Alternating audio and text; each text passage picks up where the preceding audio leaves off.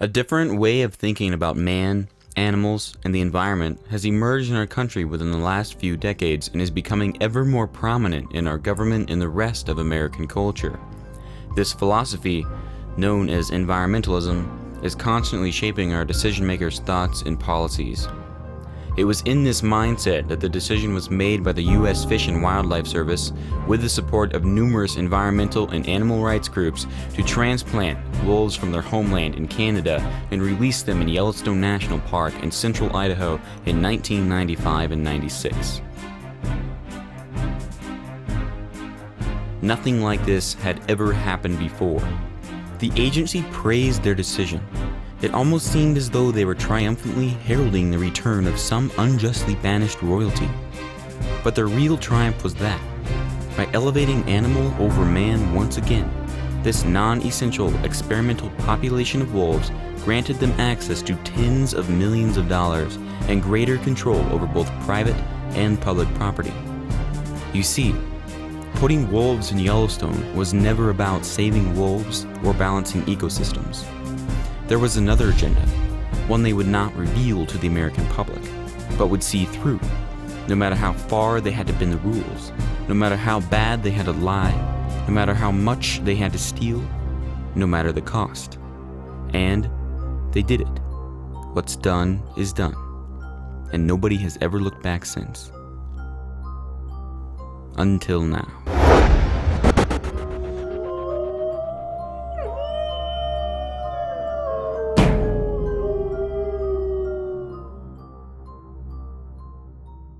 I guess I should start from the beginning. It all started out as a journey. I wanted to learn about wolves, the transplant of them to Yellowstone National Park a decade and a half ago, and how these animals are really faring now. Because, amid the sea of emotions and confusion that surrounds this topic, one scarcely knows what to believe when it comes to the current status of these dominant predators. Okay, so we came up to the top of this hill, and we looked out across this mountainside. The whole pack of wolves is headed right for this herd of buffalo. Take a look. But it didn't take me long before I began to realize that it wasn't about wolves at all.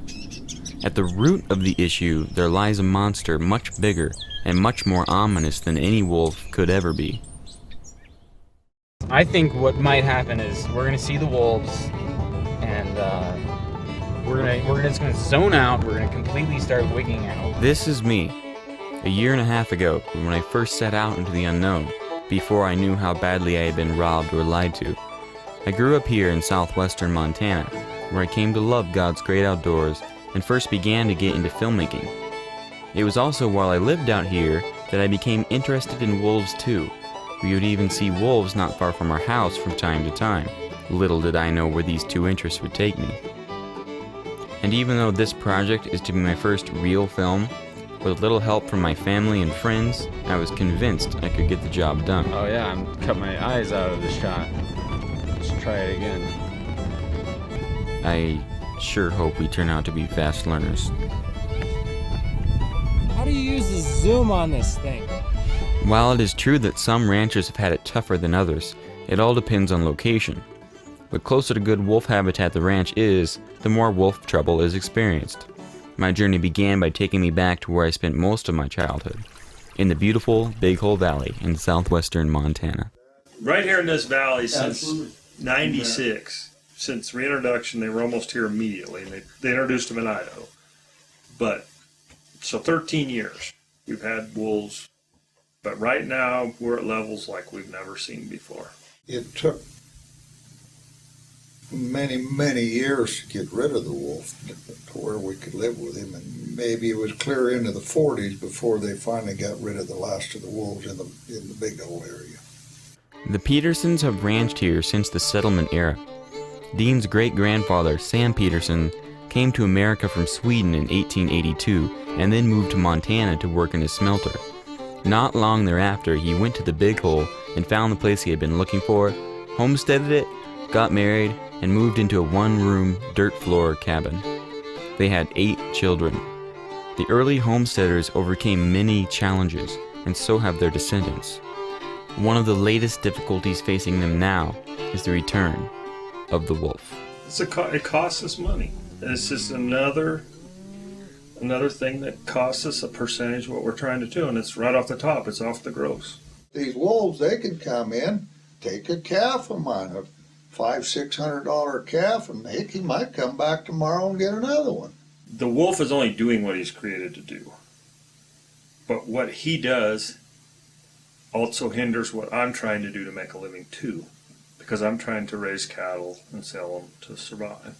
Right. He's trying to eat something to survive, and that's the conflict. They're stealing from me. Every night they're stealing from me, one way or another. And it starts with, we got depredation, but we also, if they're just in the cattle, they're harassing the cattle, you lose weight. And you can have cows abort calves under stress. Fred Hershey is a neighboring rancher who has lost many cattle to wolves. And as I found out, it's not just the dead cows that count. I think it was in June, 10th of June is roughly. We split a bunch of heifers, brought some of them down to the home place here, and turned some of them out up what we call a Highland Ranch. And the ones up there, the wolves tormented them off and on. It got real bad this fall. They just killed six of them right in the, 2 or 3 weeks before we shipped them. That's pretty easy to figure. 6 times they brought $700 and some a head. So, that's 4,200, probably 40 some hundred. And we weighed the ones up there the first day and the ones down here the second day. And the ones down here weighed 64 pounds more than the ones the day before. Really? But you figure that 64 pounds a piece at 87 cents, that's what they brought. That's close to over $28,000. Yeah. That was just one deal that we knew about. So, how often does it happen? Shrink, stress-induced weight loss mainly by fear, being chased around, affects all the cattle, not just the one that was killed. So you lose all the pounds on the one that was killed, and then you lose a percentage on the rest of them, and you value that at 90 cents or $1 or $1.10 these days a pound, and that quickly adds up. 25 pounds a head, 500 head, $1 a pound. I believe there's 4 packs on the west side of the Big Hole. The Minor Creek pack is last seen was 14 wolves. The Hairpin pack or the Horse Prairie pack on the south end of the valley last seen was 8 or 9 wolves. The Music Brook pack a month ago was seen 15 wolves on a hillside in a rancher's cattle on Forest Service permit. And then the Battlefield pack a few years ago, how many were in? 18 to start with. How many in the Steel Creek pack? There was 20 this summer. The Big Hole truly is a hotspot for wolves these days, and these wolves keep causing lots of trouble. So much trouble that in 2009, state agents took out nearly 50 problem wolves in the Big Hole Valley alone. Since state trappers now are spending most of their time dealing with wolves, they aren't as able to keep other predators, like coyotes, in check anymore. So this year, they can't even come and fly for us. They haven't been there for about a year. This year, when they gathered the sheep over there, they're 6 lambs short because of the coyotes. It wasn't the wolves, but the reason the government trappers couldn't get there is because they're too busy messing with these wolves. And a lot of people that are supposed to get this compensation for these wolves, it doesn't come, or it's 6 months and you get half of what you're supposed to. We've never taken any compensation for any of the kills. Now it's mostly taxpayer money that pays for it. So, I don't think that's right. And the other deal is I think, by taking that money, it's like you're saying the system's okay. And I'm saying, look, the system is no good. Wolves have definitely made life a little bit tougher for these cowboys, especially when you consider that the average ROA for ranchers is often in the negatives. This is why in the early days, you either got rid of wolves or went under.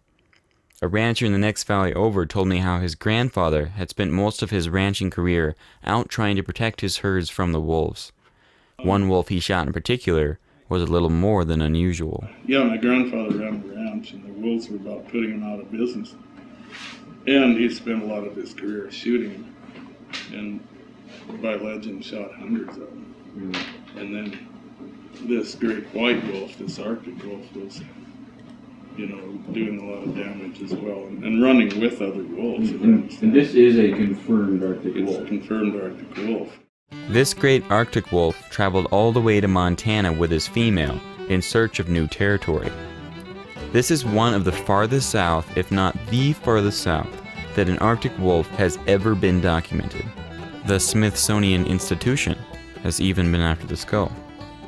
While Sandy's grandfather was working hard to protect his herd and provide for his family, his grandmother had befriended the local Indians.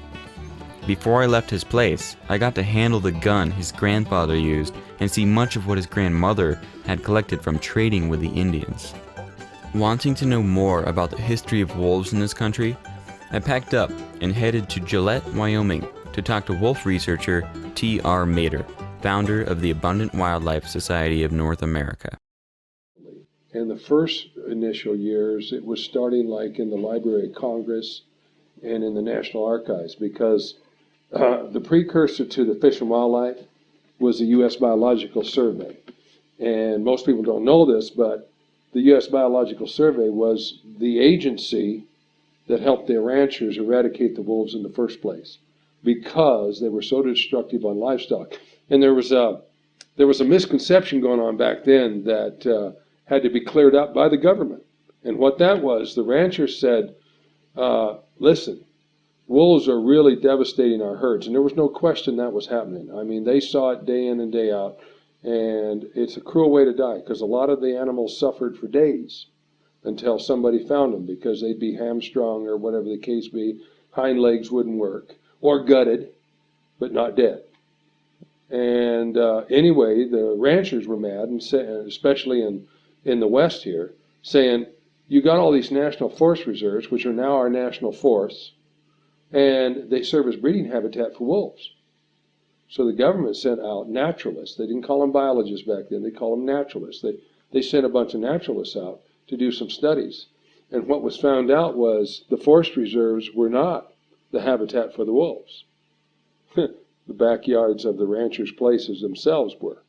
And so the wolves never went in the high country. And that's one of the big misconceptions that the government made lots of hay out of. And that was, let's put wolves in Yellowstone. And wolves never were in Yellowstone until we forced them in there with the pressure from the government eradication program on the lower levels. And so when you know that, then you know that the wolves aren't going to stay there, which they didn't.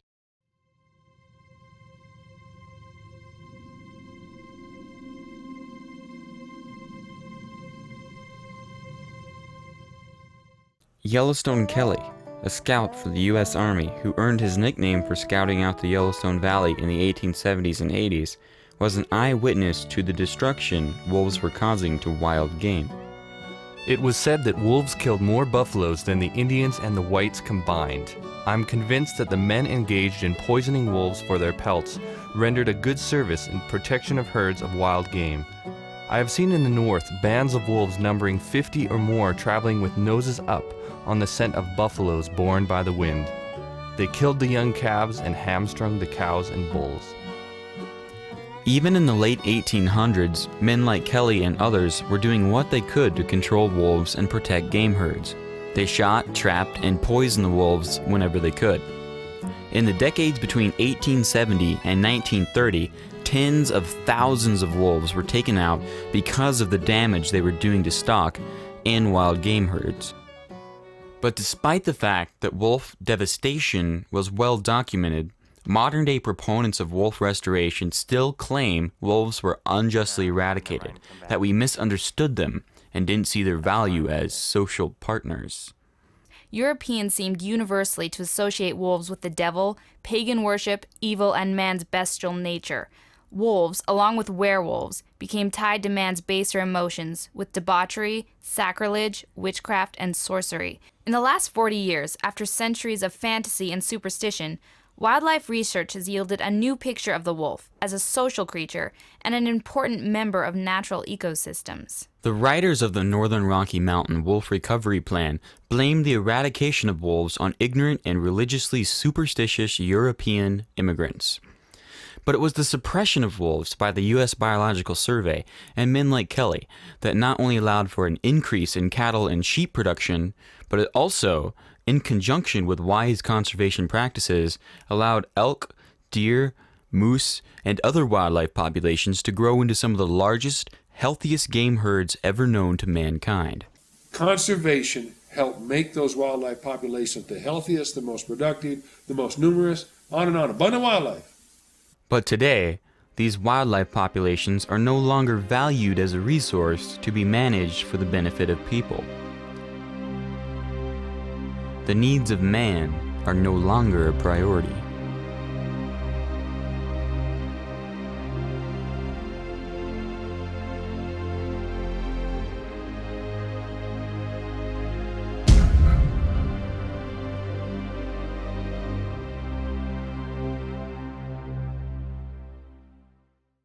One of the humans whose needs and desires have been thrown to the non-humans is hunting guide and outfitter Bill Hoppe from Gardiner, Montana. A fifth-generation Montanan, Bill's great-grandfather was the first recorded white child born in the Montana Territory. Their family has hunted and guided in the Gardiner Basin just north of Yellowstone for 4 generations, but today they hunt here no more. The wolves have literally put them out of business. In 1988 or 89, Congress appointed the Delphi 15 biologists from around the United States or around the world maybe, to study the possibility of putting wolves back in the Yellowstone Park. They did a study that was 5 years long. But going into this study, those scientists were told, they were given some guidelines by Congress. They were told not to make sure you don't hurt ranching, and make sure you don't hurt hunting, and make sure you don't hurt the economy of the surrounding areas, and make sure you don't affect endangered species that are already present in the area.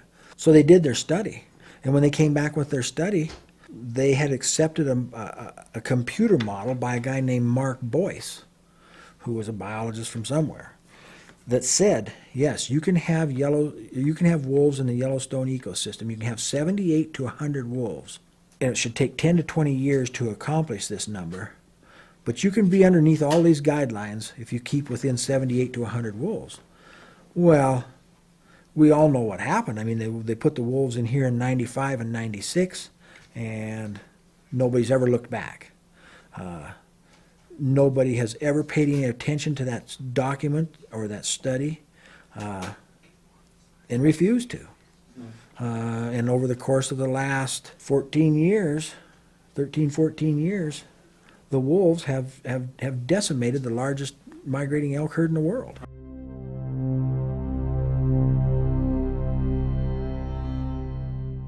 It was never determined. That's what they had to have in each of the recovery areas, 3 recovery areas. They wanted 10 breeding pairs that successfully raised pups for 2 years, I think. Well, that was reached in 2002, I believe it was. Didn't make any difference if that was written in the law or the agreement or the contract.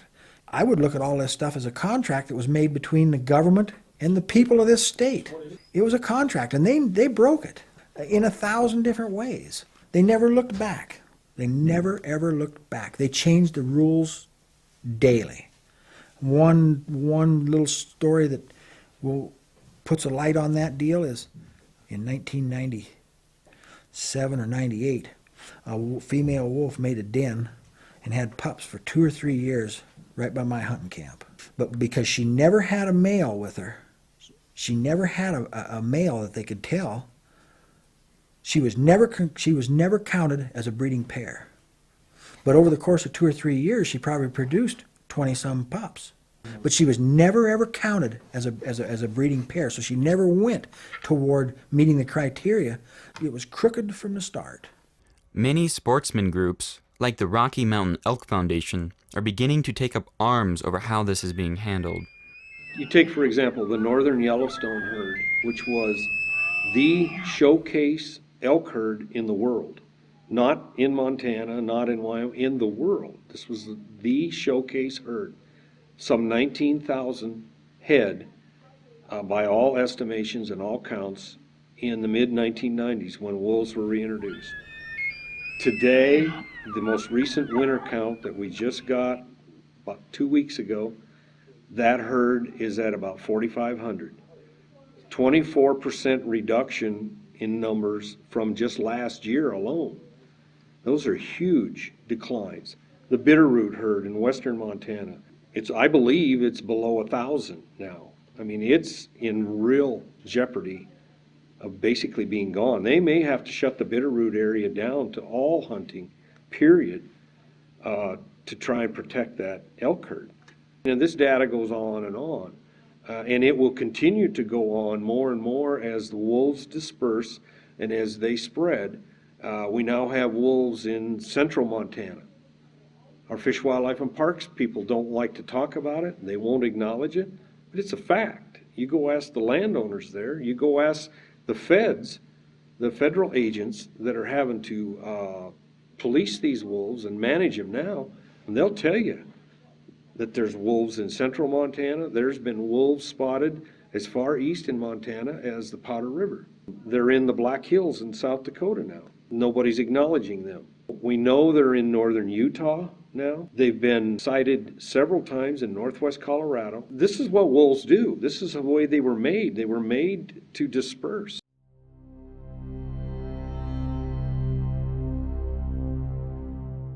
I mean, I can't argue with their numbers. I've never have argued with their numbers. I've doubted them.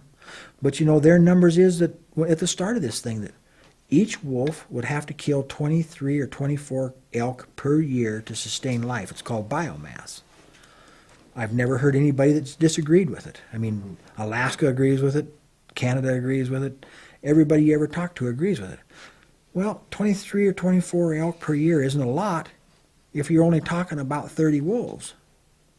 But if you start talking about 200 wolves, you know, if you start talking about 200 wolves inside of Yellowstone Park, which at one time they had that, or pretty close to that, you're talking about 5,000-6,000 head of elk that have to be eaten every year to sustain life, and that's not counting the elk that they killed in the spring when they killed the baby calves. Not being a university specialist professor in that, I wanted to talk about this type of a thing from the perspective of the everyday Montanan. And there's so many aspects when you start looking into it that wolves affect. There are increasing wolf-hunter interactions. There's a greatly reduced amount of game. Other states, Western Hunter magazines based out of Arizona, in a recent issue, they were doing an overview of 2011 hunting in Western states.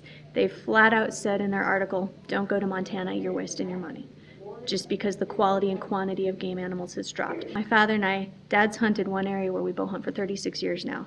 I've hunted there for 11. In the area we bow hunt, Dad has hunted through huge winters, fires, poaching people that have come in and wiped the animals out. They've always come back. There's never been overabundant animals, but they've had a sufficient healthy herd. Now you're lucky to find tracks from maybe 5 in the whole area, and there's wolves everywhere. They decimate the animals when they go in. We never got anything from our politicians in the state of Montana to try to curtail what was going on here. We were called windshield biologists. We were called stupid. We didn't have a PhD in biology. How could we possibly know? I sit here every day and watch these animals every day of my life. And I was telling these people for years, there's no calf elk. When we finally got a few politicians and a fish and game commissioner to come one evening and count a bunch of elk down there on the winter range, they couldn't believe what they were seeing. You know, I think we come up with 11 or 14 calves per 100 cows that we counted.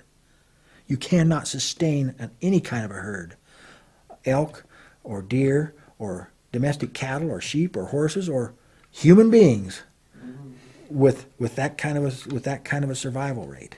This statewide moose harvest data from Montana Fish, Wildlife, and Parks clearly shows how the moose harvest has been steadily decreasing since the wolves were reintroduced. The 2010 harvest was down 36% from pre-wolf levels. But in some higher density wolf areas, like the Big Hole and Gardner, moose have been hit much harder. They ate most of the moose that used to be here. They allowed the highest concentrations of wolves in the northern hemisphere to be right here for the last 15 years, and they've just eaten everything. Moose, if they could snap their fingers and wolves were to disappear tonight, I don't believe the wolves in this, or the moose in this area, could ever recover.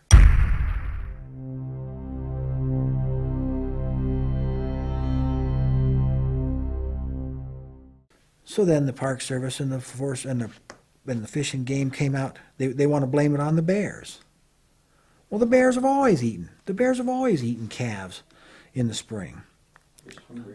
But bears, after a calf elk gets old enough to jump up and run with its mother or with a herd of elk, those bears don't chase them very far. I mean, I've watched them. A bear might chase a calf elk for 100 yards. Those wolves never stop chasing them. From the day they're born till the day they kill them, they chase them. In 1997, I had some people from West Virginia riding in Lamar Valley. We saw 4 wolves kill at least 10 baby calf elk in less than 10 minutes, and never ate a one of them.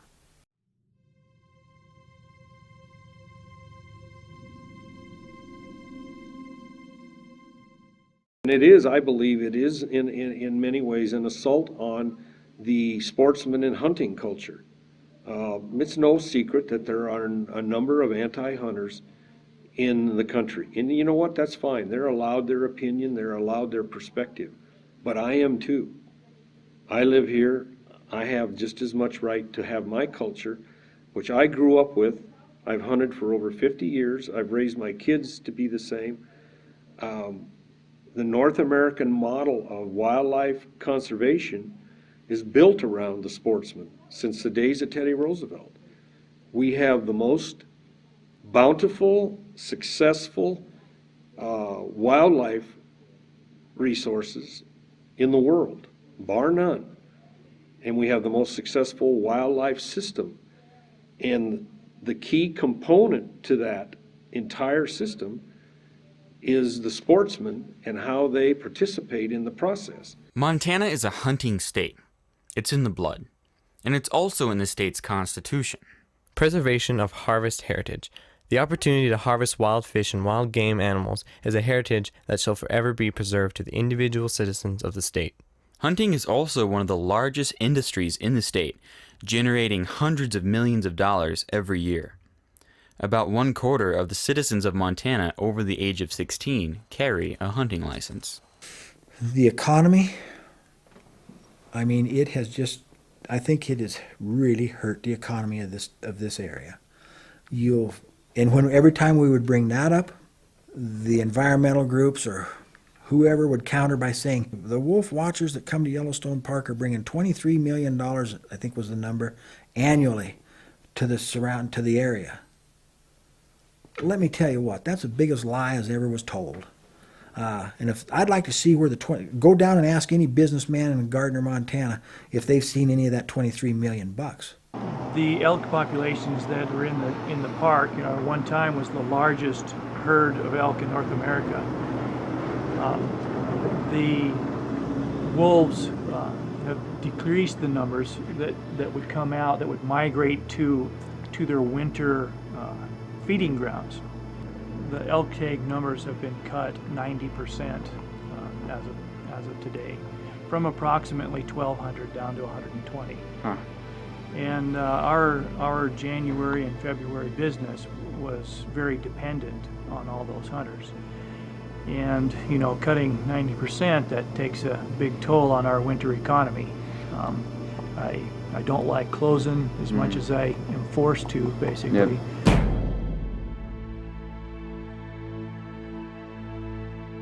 It's also skewed. For years, you go into Yellowstone Park, and when you'd come out, they'd ask you if you saw a wolf.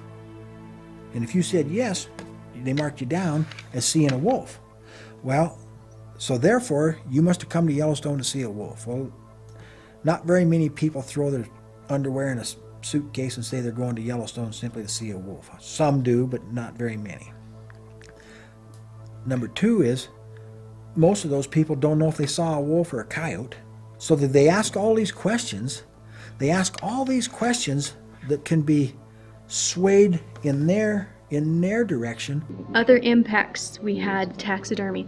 Some local taxidermists in the Missoula area they're still in business and they're surviving, but the Montana game portion has just totally dropped away. Meat cutting is another industry. The outfitters, the Gardner area was hit first. They had 7 to 8 that have gone out of business because they just simply don't have the animals.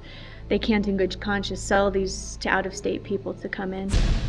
You have to begin to wonder, as I did they ever intend for wolves to stay inside of Yellowstone National Park?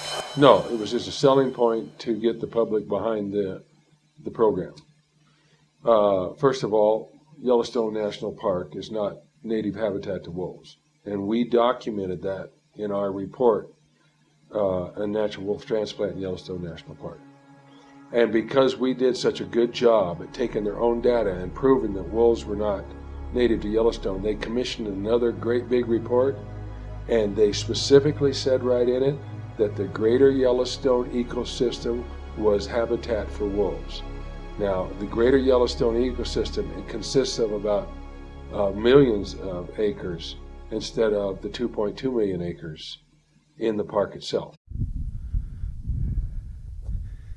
Okay, so we climbed, like I was saying, we ended up racing up to the top of this hill, and we did catch glimpses of the pack as they ran off down the Lamar River. We're gonna head back to the car, see if we can see them again. I highly doubt it, but it was pretty neat. They ran right past the herd of buffalo, and then you could just hear the buffalo snorting at them and stuff, but they went right on around.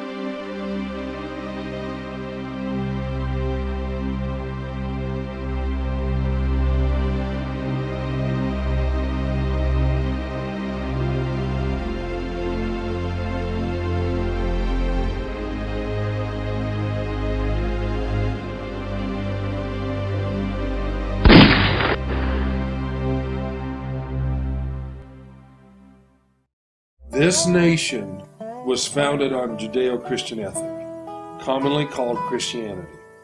And if you study the Bible, the one thing you understand that man has dominion and man has a stewardship responsibility. I mean, there's no question about it. And we derived the concept of conservation from a biblical mandate. It comes from the Bible. And conservation, by definition, is this: the act of conserving the wise and prudent use of natural resources. Now, within that scope, dealing with wolves, comes wolf control. Generally try to explain this to urbanites, because urbanites don't get it. The urbanite argues this way: well, why is the farmer shooting that coyote? The coyote just wants to eat. And so I turn that around and I say, why are you stopping that shoplifter? He just wants to eat. And then all of a sudden they kind of get it. To help me gain a more clear understanding of man's relationship to nature, Dr. Stephen Van Tassel's name came up. He is on staff at the University of Nebraska and also holds a PhD in theology. Some of the most radical environmentalists are people sort of in their, 10th floor penthouse looking over Manhattan. They're the most far removed people from the environment that you can get. What they really have is there's sort of this vision of the environment, but yet they will attack the cockroaches like there's no tomorrow. So there's an element of what I would argue is a fundamental hypocrisy. And if you press hard enough, you'll find it. God has blessed the earth with abundance, and we keep forgetting that. I mean, part of our free, people are talking about free trade and how American jobs are losing. We have literally thousands of people across the country who make a portion of their living from the fur trade. But unfortunately in our society it's becoming increasingly demonized by a group of people who think that killing an animal is fundamentally evil. So the question then becomes is why, so we keep restricting our ability to harvest wildlife. I tell people all the time, fur trappers, when a fur trapper goes into the woods, he generally doesn't change the habitat.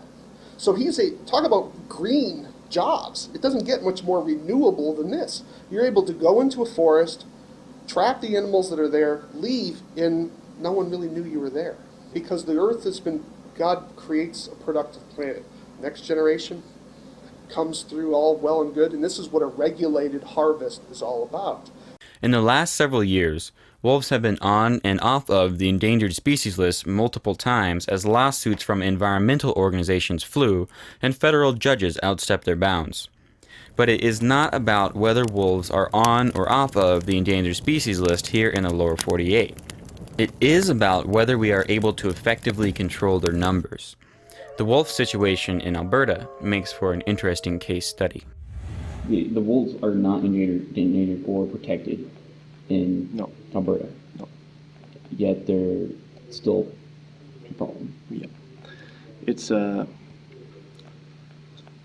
a myth about wolves that's been perpetuated since Farley Mowat's book, that wolves are this grand species that only eat field mice, and it's been really frowned upon to get into the wolf mitigation end of work, and there's just not a lot of trappers left. There's not a lot of people left hunting wolves. They're not worth much, so there's not much incentive for anyone to do it, and they run into all kinds of barricades with regulations and whatnot. There are tens of thousands of gray wolves in Canada, many of which live in the province of Alberta. Although the wolf is hunted and trapped almost year-round in Alberta, the hunting and trapping is unable to keep the wolf population in check.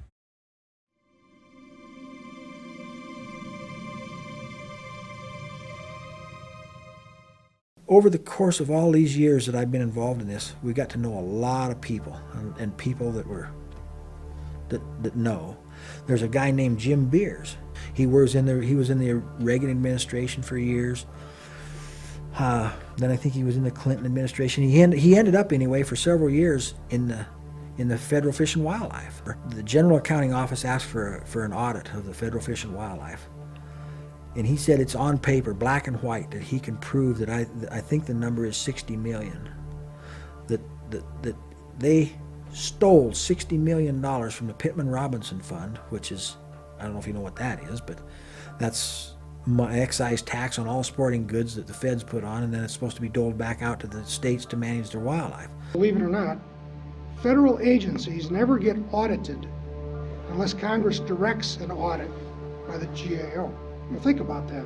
All the complaints that go on about Enron and all these other places, audit.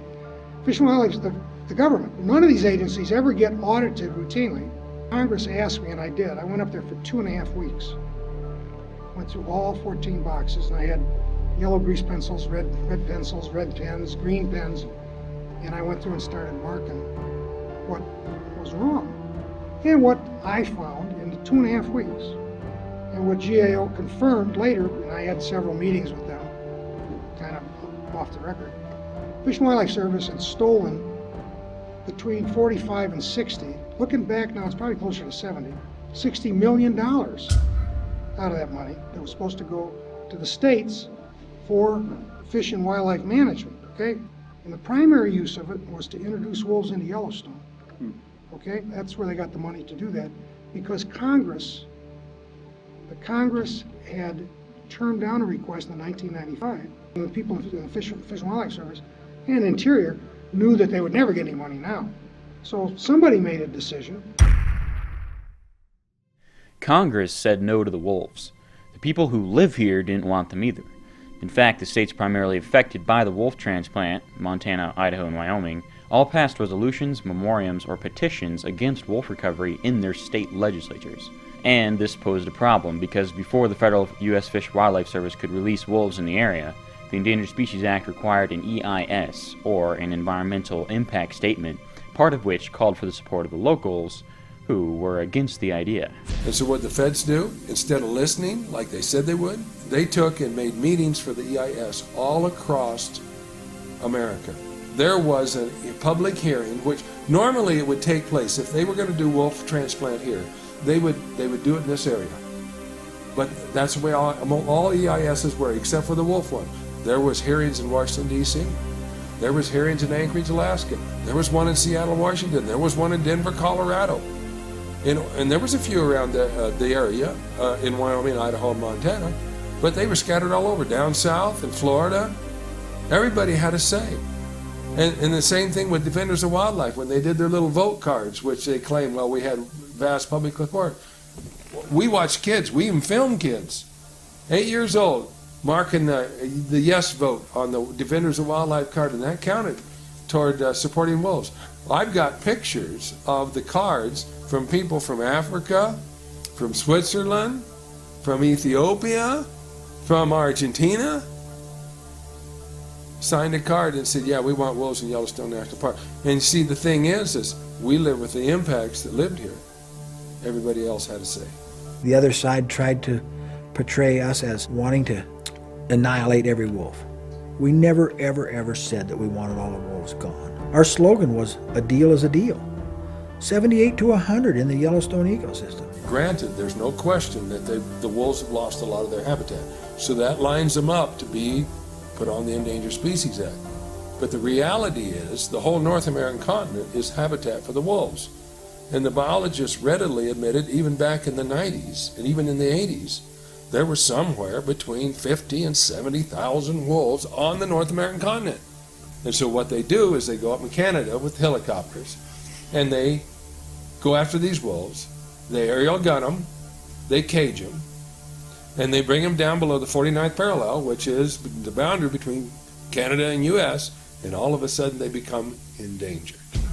The state fish and wildlife agencies from whom the 60 million was stolen, okay? You and me as hunters and fishermen, that's who really it was stolen from, but our state agencies never asked for that money to be replaced. Never asked for it. Now you might ask yourself, as I did about 2 years, why did that happen? Well, think about it. The state fish and wildlife agencies more and more are getting grant money from the federal government for this, that, and everything. Okay? So they're not going to anger the people that are going to maybe give them money or maybe freeze them out of their share of what they're going to be giving out next year or the year after. They were all convinced, the state guys too, hunting and fishing's on the way out, like logging and grazing. That's all going to be doing, and we're all going to be, you know, living in the cities, and this is all going to be a nature wonderland out here, blah, blah, blah. And for us to keep our jobs, what are we going to do? Well, we're going to educate the little munchkins about Mother Nature, and we're going to just have wilderness over here and go look at it once in a while, and we're going to have roadless areas over here, marine sanctuaries over there that we'll patrol, and blah, blah, blah, blah, blah. So, again, where's that money going to come from? Because there's no longer hunting and fishing and sport excise tax and arms and ammunition money. It's going to come from the Congress. It's going to come through the Fish and Wildlife Service. See? Because that's how it's all setting up to work now. People don't understand, if we don't hunt, we will ultimately lose the wildlife system that we have. It'll turn into one big zoo, and it'll be far less than what and you will have privatized hunting. You'll have all kinds of elite hunting for the elite, like you do in Europe. They don't understand, when they oppose hunting, truly what they're opposing. They're dealing on their internal emotions, and they're not using their head, and they're not using the real science that's available that shows what hunting and sportsmen and the North American wildlife system provides in terms of wildlife. So to me, that is a cultural war worth fighting, and we have to be in that fight. The wolf is politically defined endangered, not biologically. The wolf has never been biologically in danger of extinction. Never has, ever. Well, if people just stop for 1 second and see what's happening, the federal government wants control of all this. And they're getting it every day through some kind of an endangered species.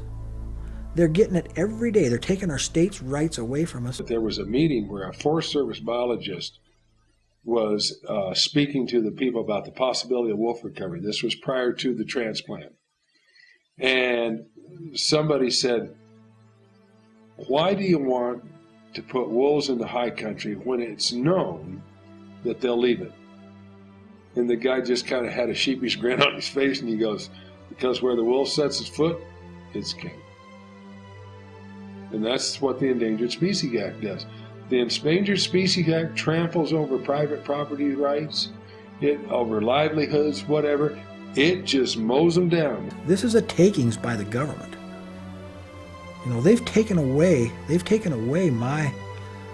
my capability of making a living here. I believe there's people on the left that don't particularly want my cattle on Forest Service grazing, and maybe the wolf is just a tool to them to keep us off of there. I know ranchers just over these mountains in Idaho, Salmon Side, that put 100 pair of cattle on a forest permit, come in that fall 30 calves short. They quit grazing their cattle on that forest permit because they lost 30% of their calves. They just couldn't survive that. If they kept going back there with cattle, they were going to go broke. And I think there's a part of the left that wants to see that. 95% of the people want wolves. 5% don't want wolves. Okay, say that's true. 95% of the people don't have to deal with the wolves, but the 5% like us are the ones that have to live with it and deal with it. Like you said, the 95% of the people that live in New York City and Los Angeles, and they don't live with the wolf, and I don't think they particularly care that we have to. It's always easier for me to be generous with your land than it is to be generous with mine. And that's kind of what people love to do. They love to tell. They're very objectifying what other people should do, but they excuse themselves. For example, you know, they want to tell some rancher out in Montana how to live his life, or to take it another zone, you know, the poor Amazonian farmer is committing environmental devastation because he's trying to scratch out a living in the forest, and he cuts it down to plant crops or have cattle. He's an eco-terrorist, but when I need my cottage in the Berkshires, that's progress because I need a place to relax. And besides, I'm a good person because I vote the right party. Really? The best known arguments for the wolf is we need them to balance nature. But when you get to the concept of what is the balance of nature and you force the question, they really have to back up and admit that the balance of nature is dynamic. And what dynamic means is it goes up and it goes down. So there's really no thing they're really not placing any trust in what they're saying. Second thing is they're the symbol of wilderness, you know. They connect the web of life and all this stuff. Well, they're always talking about the ecosystem, and they need the wolf to complete the ecosystem. But tell me when man hasn't been part of the ecosystem. Let me give you a quote that Norm Bishop gave me in 1988. He was the research interpreter for Yellowstone National Park. And I said to him, in your concept of ecosystem, what role does man play? Now think about this. He said, man is either no part or a non-consumptive part of any complete ecosystem. That is a prescription for massive genocide, is what it is. This whole thing ties into what they call the Wildlands Project, which then in part has Y to Y, Yellowstone to Yukon. They want to promote a corridor from Yellowstone Park to the Yukon so that grizzly bears and wolves can go back and forth, and they don't want any people in that corridor. And that's where the control part all comes in. It's money and control. That's all it is. It doesn't have anything to do about saving wolves, because there's lots of wolves in this world.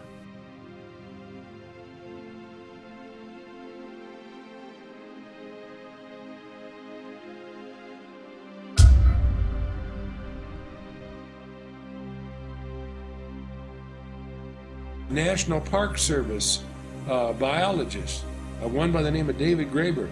He said that he hoped the right virus would come along, wipe humanity off the map. That is their agenda. And here's the thing, you go, wait a second. If humanity's so bad, why don't they commit suicide? Because they're fighting, like David Foreman, who started Earth First. He says, we in the environmental community, we're the eco-warriors fighting for nature, so we have a right to live, and we have a right to kill you. Some say you and I aren't worth much, and that mankind should step aside, even go extinct, and allow nature to run on its own. But the Bible says God created humans as the crown of nature, and that He told us to take dominion over all of it, including wolves. If we believe this, we would have no problem using the tools He gave us to control wolf populations. This, and even the basic concept of conservation, as I learned, are contrary to the logical outworkings of an evolutionary worldview. If evolution evolved humans, then it seems that evolution created its greatest mistake. So we should be just as natural as anything else. So when people say I shouldn't exploit my advantage, I ask them why? Because nature has deemed that I have an advantage. So survival of the fittest. So why can't I exploit my advantage? You know, you talk to a coyote, he doesn't say, oh, rabbit, I'm going to let you go this one day because I don't want to exploit my competitive advantage as I'm chasing you. It's just silly. So what I find interesting is that people take Christian or Judeo-Christian values and then import them into evolutionary thought, but they only want to cut away the parts of Christianity they don't like. You know, God created the universe, God owns the universe, the lawgiver, God forbid, thou shalt not do anything, unless it's, stepping on a flower or something. One of the next threats to liberty coming at us now is the continual loss of states being able to manage their own wildlife and natural resources. The Biological Diversity Treaty, if ratified by the U.S., may deal the finishing blow to any hope of ever reversing course. The Biodiversity Treaty is going to be the basis for them taking almost all autonomy and responsibility and authority and jurisdiction from state governments over plants and animals. Boy, it's all part and parcel of the same sort of taking over things. I don't know how else to put it.